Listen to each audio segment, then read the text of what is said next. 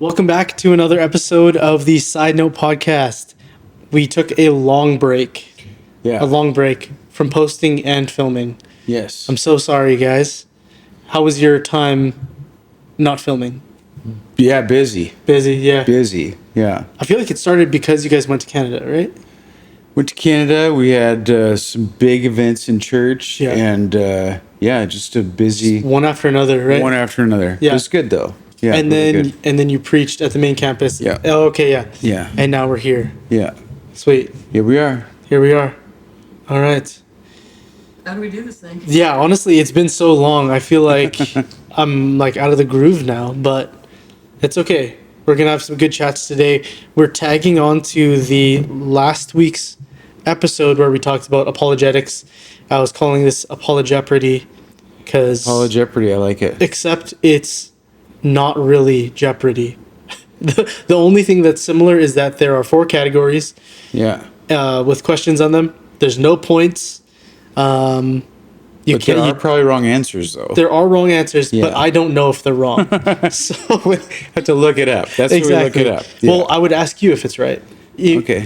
I would have to look it up probably most of the time, but yeah. Yeah. Him if his Yeah. answer's right. Yes. Yeah. But I'm still sticking with this. I would love for us to do an episode where the 3 of us compete, and you are the one that knows the answers. So Oh. you would be the host essentially. Okay. You know, because I was thinking, what is the point in all of this? I'll speak for myself. What's the point in all of this if I'm learning nothing? You know, if I'm not allowing anything to like stick. You know, it would just be a complete waste of time for my walk with God. It might not be a waste of time for other people watching because they'll learn something, but it would basically be testing my knowledge with apologetics or just anything that has to do with the Bible. Yeah. Like I was even thinking like, the easy questions for the Bible would be like, who was in the lion's den? You know what I Right. mean? Like something like super And easy. who was in the lion's den? Daniel. There you go. Well done. Thank you. What do I win? What do I win? Hold up. I feel like we should turn your microphone down a little bit because Okay. that was scary loud. All right. I was trying to laugh along, but I was like, that's It so loud. hurts. It hurt, Janice. It hurts. Okay. Any thoughts before we start? Yeah, I was just thinking when you brought that up, Ephesians 2, not Ephesians 2. It's the verse, 12 and 13, when he says, "Work out your salvation with fear and trembling." I think the whole goal is that in our Christian walk is when you have discussions, when you have accountability, when you go to a life group or a Bible study or something like that, even in the not knowing what answers are and being like, I don't even, like, I'm just listening or I'm hearing, like, it's working out your salvation. It's not working for salvation. It's working it out. It's grappling with topics that are difficult. And it's stuff like, why would a good God send somebody to hell? You know, that's a hard question for a baby believer. That's a very hard question. And they usually just avoid it because they're like, I don't understand. But the 60-year-old believer is like, well, I can answer that because seen some life, read some, I know the word, and this is why. This is why that happens. And this is actually the reality of why somebody actually does have eternal punishment. And it's not because God sent them to hell. It's because there is a choice to serve God and surrender or to serve yourself and be separated. So, but the initial questions is what he's describing. It's this working out your salvation. It's working through issues and challenges and deciding to say, like, I need to actually have some framework of what I believe and why I believe it. And that is apologetics. Yeah. Defending your faith and it's super important. And there's a resurgence. The truth is, there's a resurgence in our world. I know in Europe, you see these gatherings. You've probably seen them on social media. There's like out. There was one in. I don't know why I'm looking at my Canadian wife, but in London, there was a big worship service outside of Westminster. Oh wow. And they were. I mean, it was like beautiful. They were all singing loud worship, and tourists were going by on these double-decker bus, and these Christians were out there singing praises to the Lord. It was beautiful, and it was like it's coming from somewhere. Yeah. Yeah. I'm gonna need to take this. That's all good. This.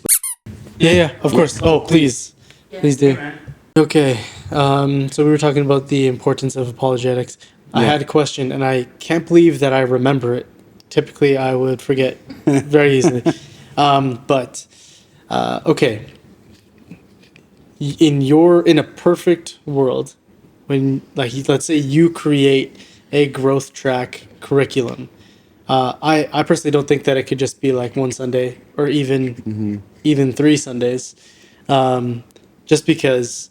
Well, my thoughts are that you want a new Christian to be well equipped, right? Yeah. Yeah. But yeah, where would you fit apologetics into that growth track alongside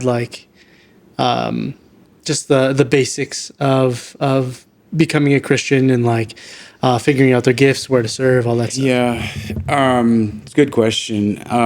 I think that, first of all, growth track or discipleship courses, are basically named wrong. And I know I've said this before. I don't know if I've said it on the podcast, but a lot of times that class is called discipleship class, and it's misnamed because discipleship is not indoctrination, which classes are indoctrination. Like, listen to this, and now you know what you're supposed to believe. That's not discipleship. Discipleship actually means being a pupil, a learner, somebody who actually follows along, and then sees it's like, hey, me and you are going to go do this thing. I know more about it than you do, so I'm going to show you, and then you're going to see how I do it, so you can do it as well that way. We're going to go change oil. Let's go change oil, Isaiah, and you know how to do this better than I do, so I'm going to watch you do this, and you're going to go, so hand me this wrench, and you're going to do this, and now instead of me telling you this is how you do it, it's actually you discipled me how to do the oil change. Yeah. So that's what discipleship is. Indoctrination is just reading the steps on the back of the oil can. And too many times that's what church is. It's simply somebody standing up there telling you what you're supposed to believe, and you're like, okay, that's cool, but how do I actually make that happen? A theology class or some kind of class that does give basics, there's nothing wrong with that, but it's not where actual growth happens. It's knowledge, but it's not growth. So apologetics is down the road. Bible basics it's really important. I mean, just something as basic as what translation should you read of the Bible? What version should you read? Different things like that. History of the church is fine. It's not critical to the Christian life, but it's important to the life of understanding where this church came from, what denomination or lack of denomination we're a part of. Those are okay, but that's not going to change someone's life. It's just going to give them information. So apologetics is probably a little bit, it's definitely the meat of the word more than the milk of the word. Hebrews. It's that you have to be thoroughly grounded in the basics of the the sinless work of Christ, the resurrection, the atonement, justification, things like that. All big theological words, and they're good, but they have to take root in someone's life before you go into how to defend them. You have to know what those are first. Yeah. So the Bible, the basics of what it means to be a Christian is the foundational stuff.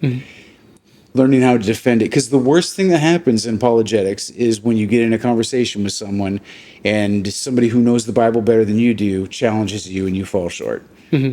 That's probably not good. Yeah. I mean, obviously you do your best, and many times, you know, I've said, oh, I don't know exactly, I have to look that one up.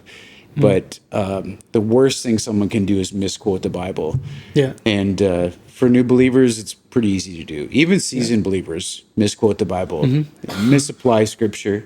Yeah. And so that's super important with apologetics. Yeah. Defending your faith is always, you know, the very basics of defending your faith or apologetics is anybody can do it. A child could do it. What does Jesus mean to you? Like that is a form of defending or standing up for your faith. He took away my sin, gave me hope. Good job. Like you spoke up when you were supposed to.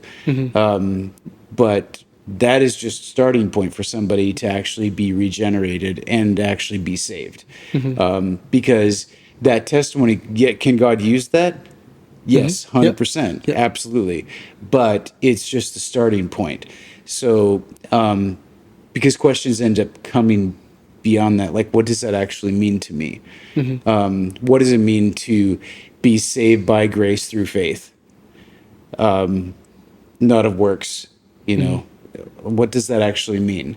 Because if you just start with the basic stuff and then you think like, oh, it's just all grace, or it's all, you know, I have to get saved every day, you know, those things. Yeah. So I'll leave it there.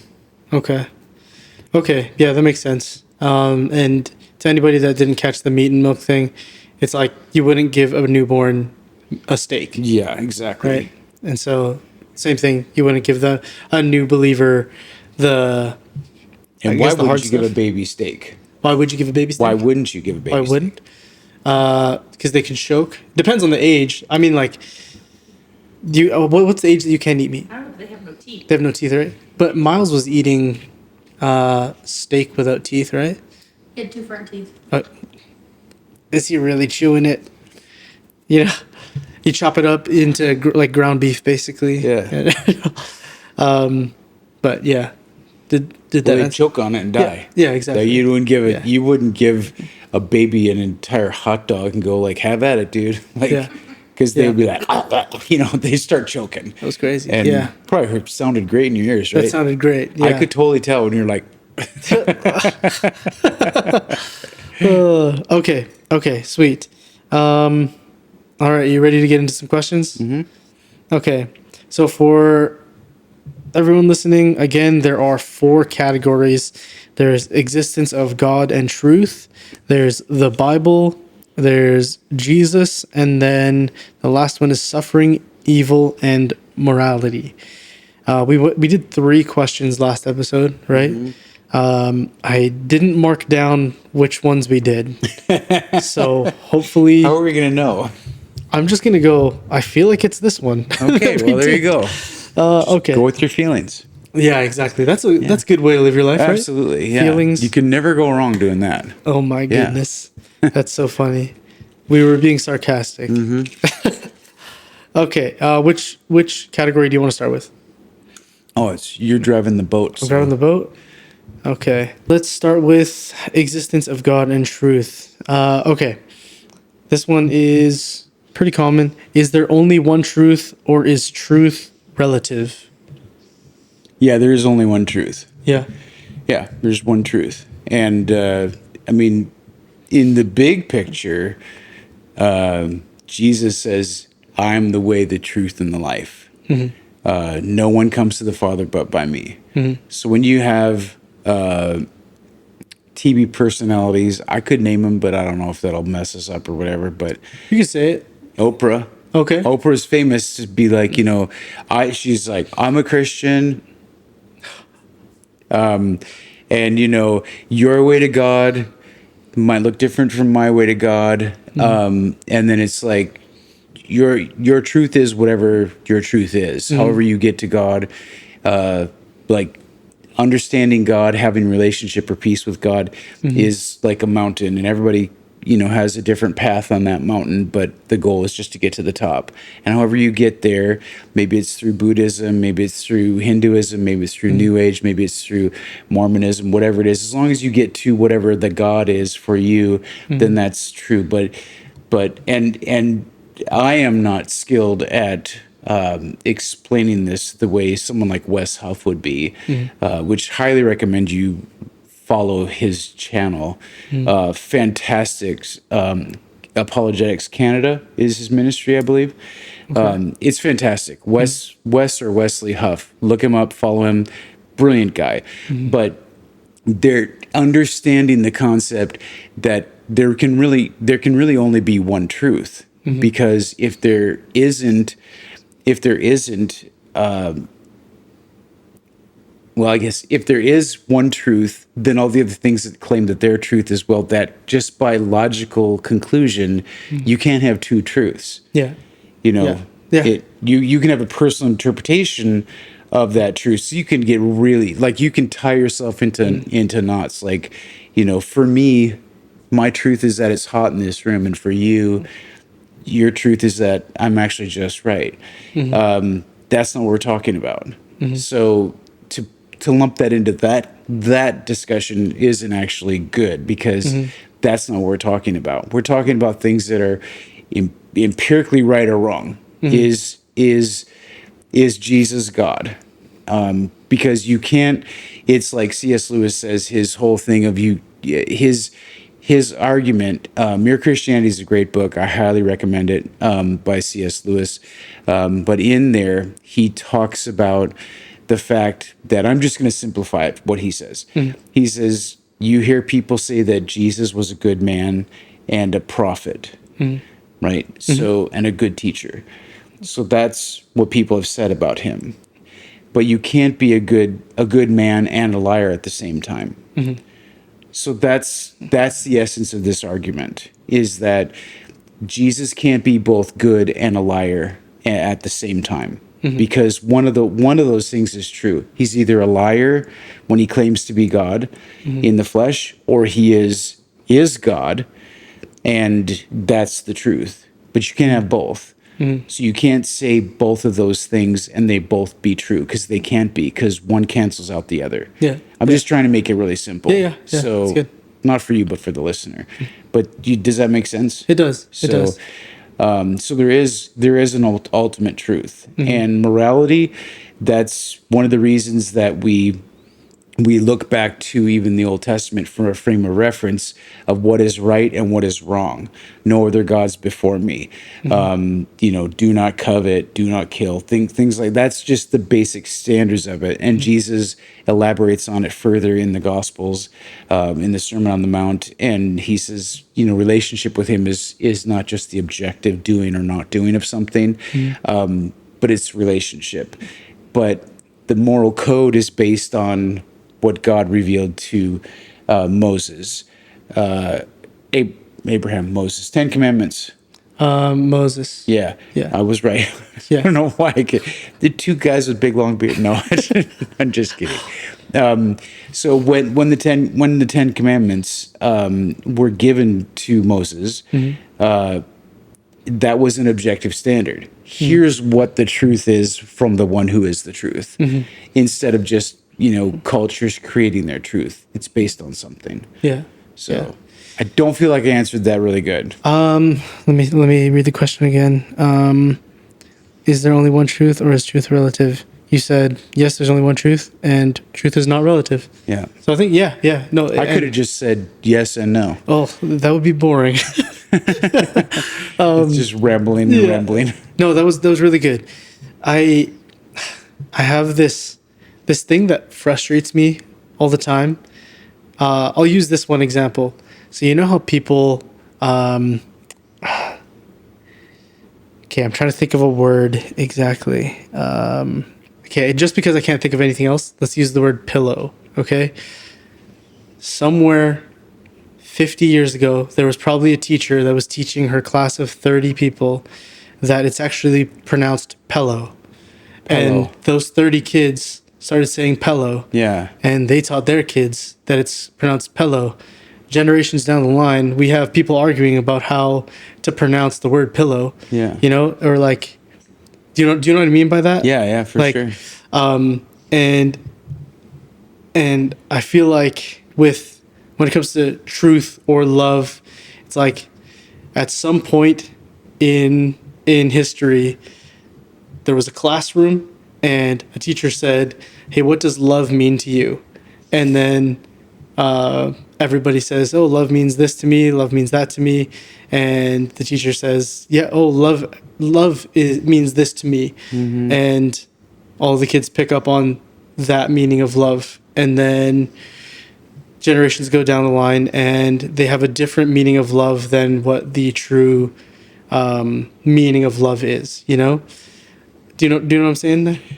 Yes, there's two tracks of that because there is what's taught to you, Yeah. and then there is the egocentric view, Yeah. which is just defined by you. Like, I know what you taught me, Yeah. but this is what I think. Mm-hmm. This is what I believe. Yeah. Like it's like a personal, it's a personal preference of it, Yeah. and that's as dangerous as well. It might even be more dangerous when you're self-deluded. Yeah. In those things, but yeah, I get it. Yeah. Yeah. I guess what I'm getting at with the truth thing is, it's become such a subjective thing when it comes to truth or love. It's just like, oh, it's whatever you think it is now, right? And yeah, it's just frustrating that we got here because it was influenced by something, and it just spread That's like our wildfire. culture today too, Yeah. though. Sorry to interrupt you, but yeah, it's definitely our culture today is, you know, this is what we've believed for so long about this issue or this reality or this truth. And then you do have those two tracks. You got people teaching crazy stuff, literally crazy stuff in schools and in medical facilities and things like that. But then you also have, you know, the person being like, I feel like I'm a bird. And like, well, you're not a bird, you're a person. Yeah. But that you can't criticize my feelings because my feelings are valid. It's like, no, your feelings are deluded and you're self-deceived. Yeah. And that's where truth needs to come in and be like, well, here's the objective truth. Look at yourself in the mirror. And if there's a mental problem where somebody's like, this is what I see, like anorexia, is a mental issue where you look in the mirror. I thankfully I don't have that problem where I look in the mirror like I'm too fat. I need to lose more weight. But that's the. I'm not saying I haven't had that feeling before, but when somebody says, you know, that's objectively 80 pounds or something, and a full-grown adult, and they look in the mirror, and somebody standing right next to them says, well, look at yourself, and what do you see? Like, I see, and there's just skin and bones. I mean, you've seen the documentaries or the stories, you've heard that stuff, or you know somebody, and you're like, well, but look at yourself. That's a different kind of reality that's deficient. Yeah. Where somebody sees it, but they're self-deceived. That's a different problem. But when you look in the mirror and you actually say, well, I see this, but my teaching, what somebody has said to me or a magazine has said to me or a movie or an influencer has said to me, and I've listened to it, has informed my truth, or it's just my own self-imposed or self-twisted up truth concept that actually informs how I feel about myself. Those are two different things, but that reality check is really what's supposed to wake somebody up. And I think that's kind of what apologetics in a way is supposed to do, is like looking at yourself, looking at history, looking at objective truth that we can study and know. And then the logical component of it, of saying, well, is this actually logical? Is it logical to counter the argument that Jesus is made up by saying we have historical records that he actually did live, and then unpacking that? that's a logical argument, Yeah, historical yeah. argument, right? Yeah. But with relationship with Christ being a spiritual component as well, and ultimately it is, and ultimately because our physical bodies will die because we're spiritual beings, that we know that that's ultimately the goal is to live in eternity with Christ, and that's a spiritual reality that will be perfected. But that entire concept is why understanding truth is not just a X's and O's binary type conclusion, because there's a spiritual component that you can't just write it down and say this is exactly what it is. You can attempt to do it, but it is in essence spiritual, and while you can explain it, you can't explain all of it. That was a lot there. Yeah, That was a lot there. No, that's good. Okay. I mean, we can explain it, Yeah, yeah. but we can't explain all of it, because you can explain the Trinity, but you can't understand all of it. No. Yeah. You can explain salvation and repentance and justification, but you can't thoroughly explain it. Yeah. Where it makes sense. Like, yes, that makes sense that God lived in flesh among us, was fully God, fully man. Some preachers today don't even understand that, Yeah. Yeah. and preach it poorly. Yeah. But that's what Scripture says, and that's what even logically makes sense. Because if he wasn't fully God, then he didn't do miracles in his own authority and his own power. And then in that case, he really wasn't what was prophesied as being the Messiah. They all connect. All of those things connect. Yeah. Yeah. Yeah. If you would be able to explain all of it, then you would essentially just be God. Yeah, Because exactly. Yeah. yeah, there's only so much our tiny human brains can comprehend, limited by space, time, and Right. matter. Right. Yeah. Okay. Sweet. Just a thought came to my mind. I am so happy that I'm learning a lot more about just biblical truths, because we were watching this podcast. It's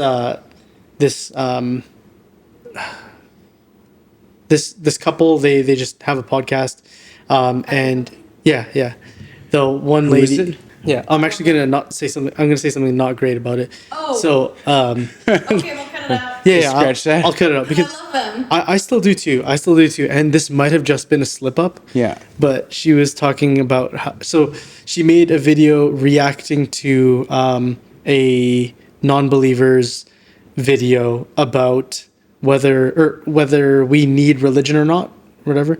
And so she was basically coming from a place of like, yes, we all need Jesus, which yes, but she was explaining who Jesus was, and she said 50% man, 50% God. And I was like, no, that makes it that's like it's a nice story, like a demigod, you know. Part of me really thinks she might have slipped up there because she cares so much about biblical accuracy that I feel like it might have been a slip up and she just didn't catch it. Yeah. It's a common mistake. Yeah. Like, especially if you are either not prepared for some reason or stressed or something like that, it's easy to say like, oh, he's the God man, because Scripture says he's the God man, the Son of Man, the Son of God, and those phrases, they understood that. The people, the audience understood it.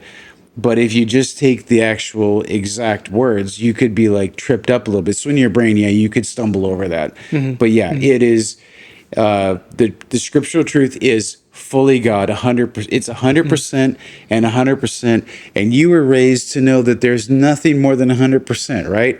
Yeah. I'm going to give it 110%. You can't do that. You can only give it 100%, because there's no such thing as that. Yeah. You But can. you love me 120%. No, I love you 100%. I mean, I can joke around and make you feel better, but the reality is Like in a marriage, Yeah. it's not 50-50.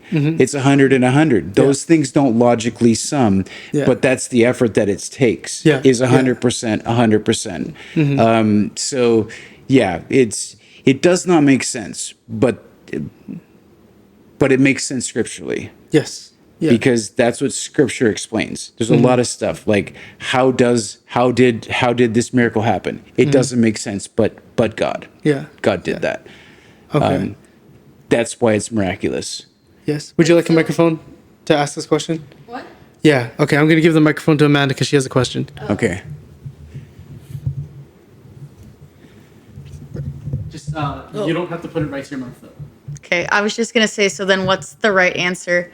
Like, he was 100% man, but also God? So it's 100% and 100% is what you're saying? Yep. So he wasn't 50-50, No.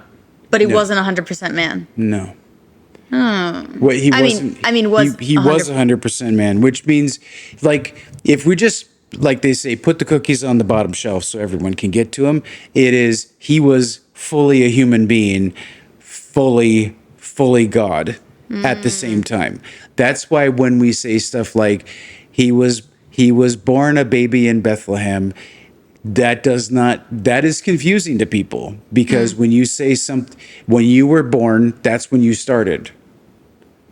Or 9 months before that is when you started, right? Yeah. But that means there's a definitive starting point and an ending point, right?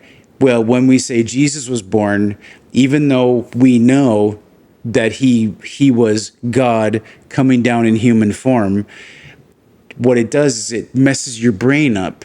So you actually have the wrong conclusion, because when you say he was born in Bethlehem, well, actually the old folks, not the old folks, but the old church fathers, they used the word incarnation because it was God taking on flesh, becoming flesh, the incarnation. That's why go, well, it doesn't really rhyme in a song very good. So born in Bethlehem, whatever, incarnated, that's a hard word to work into a song, right? But that's where we say God in flesh appearing, because that is the description of it. Because he didn't start when he was born. He was always. And you want a mind wobble? Sure. This is it. Like that's Mary, Did You Know that song? Yeah. Maybe Like, did you know? You look up those words. Look up the words in those lyrics. I'm gonna look them up. Baby boy. I'm gonna look them up here. Mary, did you know your baby boy would one day walk on water? Did you know? Da da da. Sons and daughters. Baby. Baby, did you know? Maybe did you? Baby. Mary, did you know? Baby, did you know? Sorry. Take me out, coach. That your baby. Did you know that your baby boy has? Did I say baby? Did you know again? No. Okay. Did you know that your baby boy has come to make you new? This child that you've delivered will soon deliver you. Oof. Like, that's the incarnation. Like, that's why you can't just simplify and just say he was born. Like, no, that's because when Mark Lowry wrote that, when he says, did you know that when you kiss your little baby, you've kissed the face of God? Oof. Like, I mean, absolutely. Like, just, you want to talk about some incredible, like, that's the best Christmas gospel salvation song that there is. There's nothing better than that, because it's not, Silent Night or no, the little baby, no crying he makes. That one. What? What's Ash? Help me out here. Away in a manger. Away in a manger. There you go. The little Lord Jesus, no crying he makes. Guess what? He cried. He pooped. He peed. He was fully a baby, right? Yeah. When you kiss the face of your baby, you kiss the face of God. The one who you deliver is going to Crazy. deliver you. Like, that's what. So it can be super simplified, but you miss what it means that God became flesh. And it is God literally. Like, it's not that, because all of his power, all of his divine power resided in that baby that was incarnate in Bethlehem, that he took on human form. That's why the prophecies describe it, that he would do that, and that he would grow in wisdom and stature, and it means that he actually learned how to tie his sandals. That's what that means. He learned how to drive a nail. Like he learned that stuff, and he had all of the divine power residing in him. And when somebody, preaches and says, well, he didn't really have that stuff because he was, in his human form. Like, no, he actually, check that, because that's heresy, what you just said, because that means he wasn't really fully God. He was really fully God. He set aside his divine qualities of his own choice. It wasn't God the Father didn't withhold them from him. He set them aside. That's why when Scripture says he could have called 10,000 angels to deliver him from the cross, he literally could have done that. He could have been delivered on the cross. Well, yeah, but he was, in human form. No, he was God being nailed to the cross in human form to pay for the sin of all mankind. Jeez. That's why it actually matters. That's why it's not one human man dying for the sins. It's the Son of God incarnate in the flesh being nailed to the cross for the sin of the entire world. Whoever would repent and believe, they would be saved because of what he did. That's why it matters. It's because if you water down the divine nature of Jesus, you have watered down the effectiveness of the gospel. You've watered it down. And I would say, like what Paul says, you've made the gospel of no effect. You've neutered it. And we will not be doing that. Yeah. This guy won't be doing that. Yeah. I loved that whole description. Sorry. It's all right. It's all good. Yeah, it's just you saying all of that. I agree with it, and then I just think of people who diminish Jesus' divine qualities, like Jesus slept on the boat. Well, he was man, so he had to sleep. He got hungry. Yep. He had to use the restroom. Well, I don't know if there were restrooms back then. Maybe not. He had to use the hole. Yeah, there were areas. Yeah. So would it be improper to say that God, Jesus, limited himself to what we can experience? Like you were saying, he set aside his divine or his divinity. Would it be incorrect to say that, like that he limited himself to space, time, and matter kind of thing? Yeah, I mean, but as the Father willed, and as his ministry dictated the miraculous, it was at his voice that blind eyes opened. He didn't ask the Father to do it; he did it. When he said, "Lazarus, come forth," he come out of that grave. Get up. Yeah, right? Yeah. Come on. Get up. Come on. Get up out of that grave. Hey. Get up. Hey.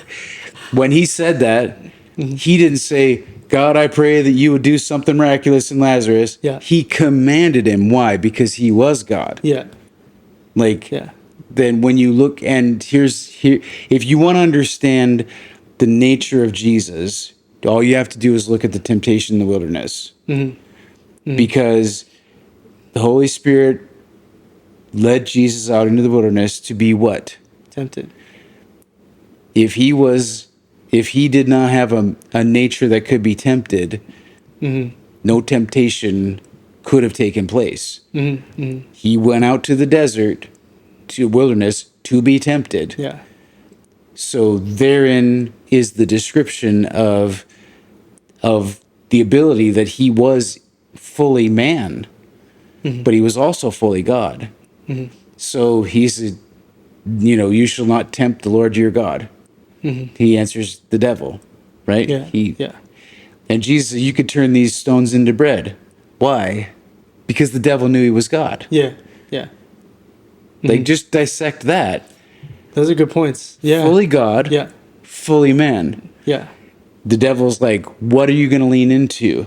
You know, you don't have to go through the cross that's on the way, because the devil knew that he knew the prophecies. He knew that he was fulfilling all prophecies. So he's like, let's take a shortcut here. You know, and Jesus says it for the benefit of the hearers. You know, if there's any way that this cup could be passed from me, is there a different way? And he didn't say that because he was unsure. Let me be clear about that. He was not unsure. You know why he said that? For the hearers, because somebody wrote that down. A disciple wrote that down. Yeah. So that he could show what it looks like to decide not my will but yours be done. Because there's an incorrect way of looking at that in the garden. The incorrect way is to say that Jesus was actually trying to talk God, who was in charge, out of it. Well, that means he wasn't really God.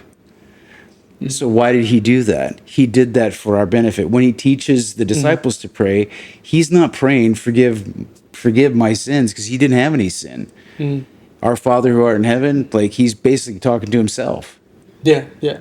So why is he doing that? For an example. Okay. When he calls God the Father, and when it says the Father is greater than I, when he says those things, he's not diminishing himself. He's establishing relationship for his disciples. The same way when you and Amanda have a baby, you're gonna call me Grandpa or Papa or whatever you decide to call me. What do you want to be called? I don't know, Papa. I like Papa. It's cool.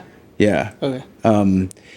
When that happens and you call me that name, I did not become your grandpa, but you call me that for the relationship purpose of the child. Gotcha. So that they know, here, this is the relationship that you have. Yeah. That's why Jesus uses those terms, is not to diminish himself. Yeah. Because you don't diminish yourself in that. Like, he's my grandpa too. No, I'm establishing relationship for this one who needs to understand this is safe and it's right and it's how it should be. Yeah. This is your grandpa. Yeah. This is your father. Okay. So Jesus is like, this is my Father who's greater than I. He's like, no, he's establishing relationship because he lives and breathes and asserts his divinity, you know, multiple times by miracles, by all those things we don't need to go into, but all those things he asserts his divinity. Okay. And he says he is God. If you want to see the Father, if you've seen me, you've seen the Father. Explain that one. Yeah. And again, back to C.S. Lewis. You can't be a good truth teller and then say what he just said. If you've seen me, you've seen the Father. Because either he's right or he's an absolute lunatic and liar. Yeah. Can't have both ways. No. That's objective truth. Yeah. Because one cancels out the other. He's either really who he says he is, or he's really a liar and a scoundrel and a lunatic. I mean, C.S. Lewis says on the level of a poached egg or something like that. He basically says he doesn't know what he's talking about. So, but if he isn't, then he actually is Lord, and we actually should submit to him. We actually should make him make our life, our goal, to please him and to serve him and to repent of our sin and give our entire life to him. Yeah. So Yeah. yeah. That actually reshaped some things in my head too, because that wasn't his flesh speaking. No. Okay. No. So no matter what way you put it, it wasn't his flesh speaking. Because he never once gave into his flesh. No. Okay. Sweet. Wow. Very good. Is that it? I love it. Yeah, that was it. I just need extra time processing things right now. Yeah. But yeah. Okay. Yeah, that was it, I guess. No, I just Have a good day. I don't know, I just really like that. It was explained very well. I mean, I just think, I realize that, you know, the average Christian finds this kind of stuff pretty boring. They're just like, why do I have to worry about theology? Because, man, it helps you. Yeah. Like, it helps you understand, like, why are you even here? Why are you here? What is life about? And if there is hope to be had, the person who is offering that hope better be God. It better be something that's greater than L. Ron Hubbard, No idea. Joseph Smith, Oh, Scientology. gotcha. Oh, okay. It better be better than a human being. Yeah. It better be better than, Brigham Young or, some prophet somewhere. It better be better than that. Yeah. It better be something that is divine and all-powerful, omni-God, everywhere present, all-powerful. Nothing confuses him. Nothing is outside of his saving grace. It better be something worth putting our trust into. And so unpacking that and knowing that doesn't just help you give a good answer. It solves everything. Solves everything. Yeah, yeah. I actually used to, well, I'll use this word. I used to hate apologetics. It was annoying to me because I remember how frustrating it was when somebody would ask me a question about my faith, and I would say my experience, and then my brother, he would go like, "Oh no, it's actually not quite that. It's this. Like, this is the truth of it, And then he'd be like, "Oh man, why can't I just why can't I just say this then?" Right. And it was very annoying to me. It was hard work, but I now know that I just wasn't ready for that, But it's definitely helped out my walk more and understanding Jesus more, because it changes from being a man who roamed the earth 2,000 years ago to like, no, this is God. These red letters, that's God. Yeah. That's God Yeah. talking, Yeah, it matters. Yeah, yeah, it really does. It does. Yeah, that's why I honestly wanted to do like quite a few episodes on apologetics. Ever since there was one episode we talked about it, and you were like, "No, it's actually super important Yeah. to know how to defend your faith." Yeah. Yeah, and this isn't to equip people to be jerks for Jesus. Yeah. Because that's not the purpose of it. Yeah, right? no, not at all. No. Yeah. Yeah. Okay. Sweet. Let's keep going. I feel like in that we talked, like we answered, or you answered a bunch of those questions in here. Yeah, especially the Jesus ones. Yeah, is Jesus the only way to God? What about people of other religions? You can make this one short because you already answered. One way. One way. And the thing is, I didn't say it, he said it. Yeah. And if I'm following him, he's already answered it. So I will repeat what he said. I'm the way, the truth. Jesus said, I'm the way, the truth, and the life. No one comes to the Father except through me. Yeah. Bold. Yeah. Conclusive. Yeah. Exclusive. Yeah. Singular. That's it. You can't have both. Yeah. And you can't mix that with anything else. You can't mix Jesus with paganism. You can't mix it with, East Indian religion, because that's syncretism, and that doesn't work. So, and syncretism is a real problem these days. Yeah. It's the Christian person, the one who surrenders to Christ and says, I'm going to still go out to the longhouse and I'm going to pray to the ancestors, the Native American ancestors that I have. Like, what are you doing that for? Well, because that's kind of our tradition.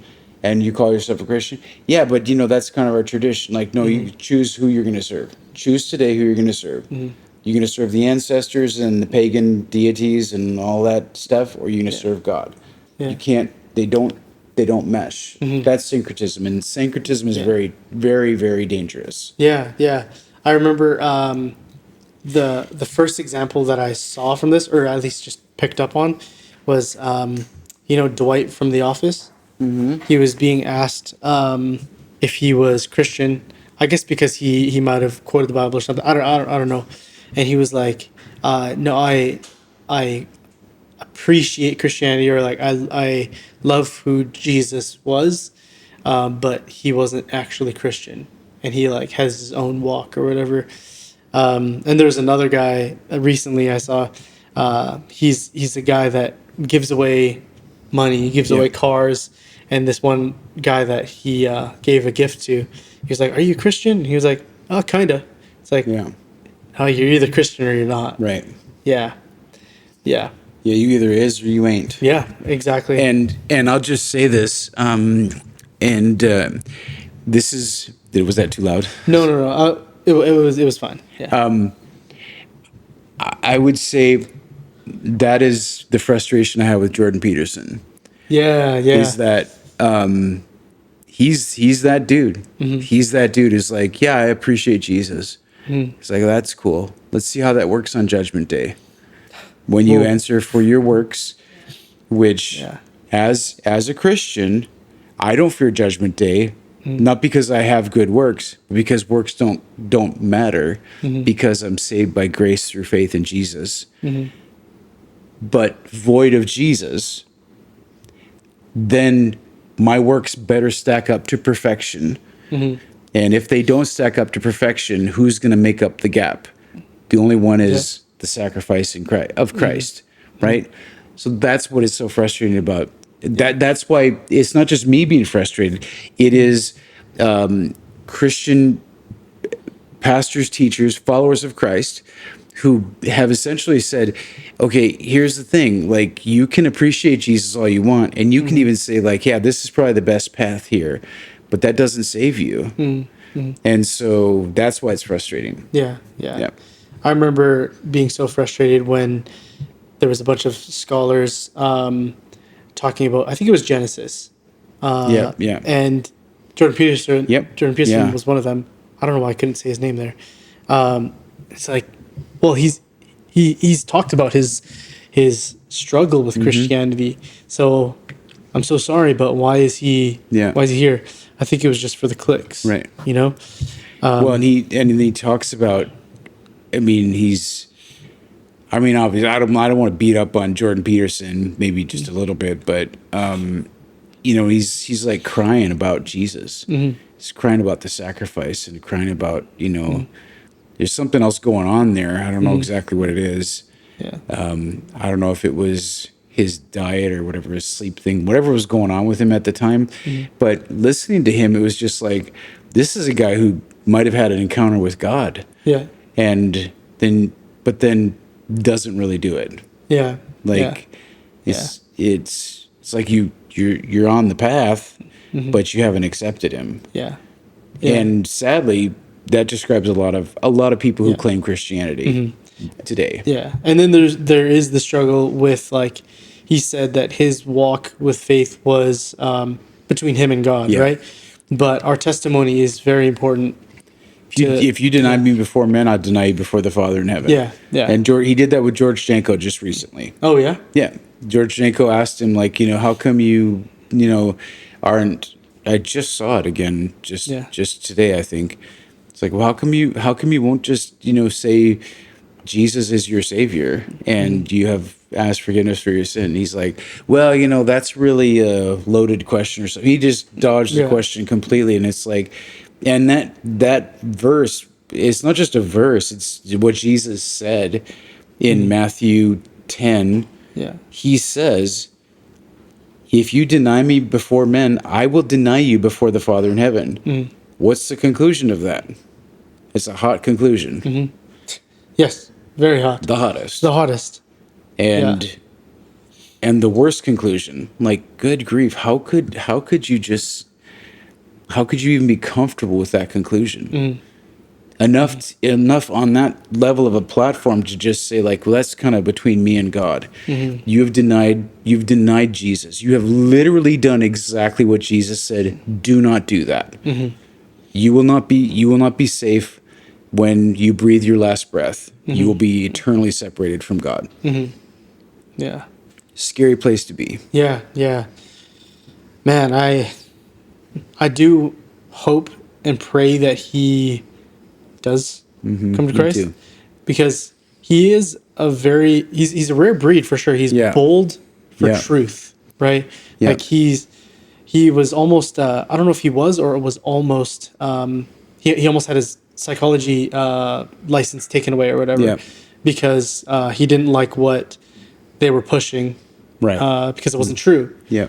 And so he was big into that empirical truth. Like this is what is true. Like you can't be this, you can't be that because it doesn't sum. Yeah, exactly. And so you would, and I remember, I feel like you and I have had this talk back in the day. I was like, I feel like Jordan Peterson's going to become a Christian at some point. Like he's going to get saved. Yeah. And following his trajectory, I was like, oh yeah, he's on the path. You can clearly see when someone's on the path. He was on the path, and he 100% like he drank too much of the wrong Kool-Aid. I think I don't know what it was. It was what flavor would you say is the wrong Kool-Aid? It wasn't grape because grape's the best flavor. Probably. Okay, if you said grape, I was gonna say no. It's some probably people might think of that the wrong way. Sour apple. Sour apple. Is that a flavor? Well, it's a bad flavor. It's gotta be. It's a bad one. Okay. Lime Kool-Aid is probably the best flavor. Lime Kool-Aid. I haven't had Kool-Aid in a long time. Lime Kool-Aid is legit. Wow. It's legit. It had all the colors in it. It's just all chemicals. Yeah, all chemicals. Nothing natural. Yeah. At all. At all. Nothing. So funny. Wow. I need some Kool-Aid in my life. Yeah. There's sugar in that. Oh yeah, no. I'm doesn't have to be. I'm not actually gonna have Kool-Aid. You could just put the chemicals in and have no sugar. Sure. Yeah. Mm-hmm. Preserving yourself. Okay. Packed with preservatives. Yeah, exactly. Awesome. Okay, yeah, I hope you guys liked this episode. Share it with some people. That's all I have to say. Comment something. Throw ones in the chat if that made sense. Throw what? Throw ones in the chat. Ones in the chat? Throw W's in the chat. Because this was a good chat. That's right. This was a good talk. Comment side note. Comment the word comment in the comment section. Anyways, yeah, we love you guys. I feel like the reason why we get super deep into like almost a minor detail is if we're off by a degree, we're off. Mm-hmm. And we don't want to mislead people, and we don't want people to be misled by others too. Yeah. Yeah. Thank you for coming on. Producer Amanda. Yeah. I didn't forget your name. I was just like, I almost said Pastor Amanda. Oh. Producer Amanda. Big shout out to Pastor Ashley as well. Producer, pastor, writer, singer, Ashley. Breakfast maker. Yeah. Taco maker. For breakfast. For breakfast. Anyways, stay humble and keep loving Jesus. We'll see you guys again next week. Bye.